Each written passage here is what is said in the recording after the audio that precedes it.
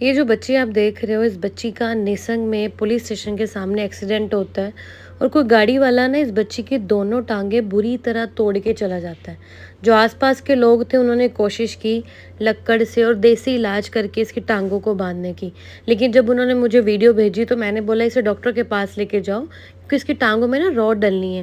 और जो वहाँ के डॉक्टर थे बदकिस्मती से उनको सिर्फ पट्टी करनी आती है, उन्हें और कुछ करना नहीं आता। मतलब कई बार इतना दुख लगता है कि सरकारी हॉस्पिटल हैं, सरकारी डॉक्टर हैं, सरकारी तनख्वाहें हैं ना, और उन्हें करना क्या आता है, सिर्फ पट्टियाँ करनी और इंजेक्शन लगाना। और इसी वजह से बहुत से बच्चे सफ़र करते हैं सड़कों पर, है ना।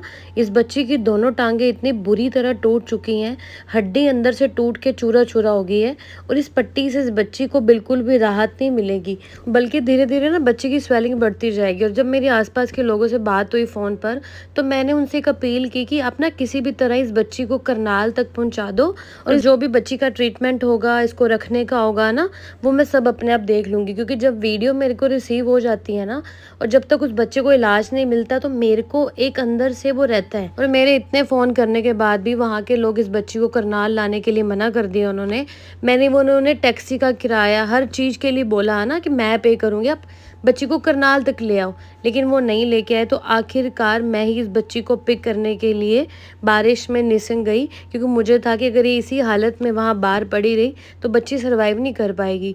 और ये बच्ची हॉस्पिटल में, ये गवर्नमेंट हॉस्पिटल है जहाँ ये पड़ी हुई थी गाड़ी के नीचे, और वहाँ के जो डॉक्टर थे मैंने उनसे हाथ जोड़ के विनती की कि आपको जॉब मिली है सरकारी, है ना, एटलीस्ट इन बच्चों को न्यूटर करना, इनकी नसबंदी करना, थोड़ा बहुत यही सीख लो ताकि इनकी आबादी कम हो, है ना। जितने कम होंगे उतना इन बच्चों का टॉर्चर कम होगा, इनको दुख कम मिलेंगे, है ना। तो इस बच्ची को मैं जैसे तैसे करनाल लेके आई और ये बच्ची की दोनों टांगे आगे से बुरी तरह से टूटी हुई हैं। और जब भी मेरे को कोई कॉल आता है ना कि फलानी फलानी जगह पर डॉग पड़ा हुआ है, लोग बड़े बोलते हैं मैडम जी गली का कुत्ता है ना, आपको ही आना पड़ेगा ना, हम तो डॉक्टर के पास नहीं लेके जा सकते। मतलब लोग ये क्यों नहीं समझते कि ड्यूटी हम सब लोगों की है। भगवान ने हमें धरती पर भेजा इन बच्चों की मदद करने के लिए। ये अपने आप अस्पताल कैसे जाएंगे, है ना। अगर चले भी जाते हैं ना तो अपना इलाज कैसे करा पाएंगे। अगर हम ही इनकी मदद नहीं करेंगे तो और कौन करेगा। तो बच्ची की फर्स्ट सर्जरी हुई जिसमें डॉक्टर ने बताया कि इसकी टांग बहुत बुरी तरह टूटी हुई थी, हड्डी चूर चूर हो गई थी। फिर उसके थोड़े दिन बाद ही बच्ची की सेकंड सर्जरी हुई। सोचो कि दोनों टांगे आगे से टूट गई हैं, अगर ये वहीं पड़ी रहती तो उसका क्या हाल होता धीरे धीरे।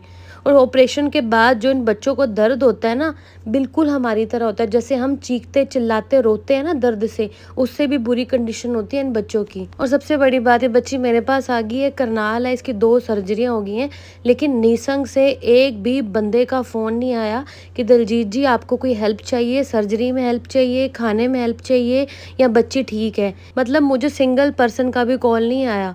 सोचो लोग हमारे साथ ऐसा करते हैं, कॉल करते हैं, बताते हैं कि डॉग वहाँ जगह पर पड़ा हुआ है, आप जाके ले आओ, और जब डॉग हमारे पास आ जाता है उसके बाद सब नंबर ब्लॉक कर दिए जाते हैं। तो मैं आपसे अपील करती हूँ कि जो भी इन बच्चों के लिए खाना भेजना चाहे, इनके इलाज में कंट्रीब्यूट करना चाहे, तो प्लीज़ ज़रूर साथ देना।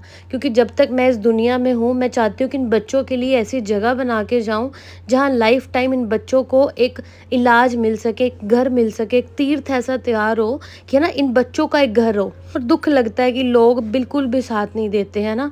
तो इस बच्ची को रोज़ ऐसे पट्टी की जाती है क्योंकि बहुत ज़्यादा स्टिचेस लगे हुए हैं। तो डॉक्टर ने बोला धीरे धीरे अपनी एक टांग पर तो ये खड़े होने की कोशिश करेगी, और आप सब भी प्रे करना जल्दी अपने पैरों पर चले। अब इस बच्ची को ठीक होने में महीनों लगने हैं, और आपको लगता है कि अगर 6-7 महीने में बच्ची ठीक होएगी, फिर हम इसको स्टेरलाइज कराएंगे, फिर ये दोबारा निसंग जाके सर्वाइव कर पाएगी। क्योंकि जो बच्चे एक बार जिनकी हड्डियाँ टूट जाती हैं फिर वो बात नहीं बनती, फिर वो सड़कों पर भाग नहीं सकते, अपना बचाव नहीं कर सकते, वो बच्चे लाइफ टाइम के लिए हमारे पास रह जाते हैं। तो मैं हमेशा अपील करती हूँ कि ऐसे बच्चों को प्लीज़ वर्चुअल अडॉप्ट करने में मदद करो।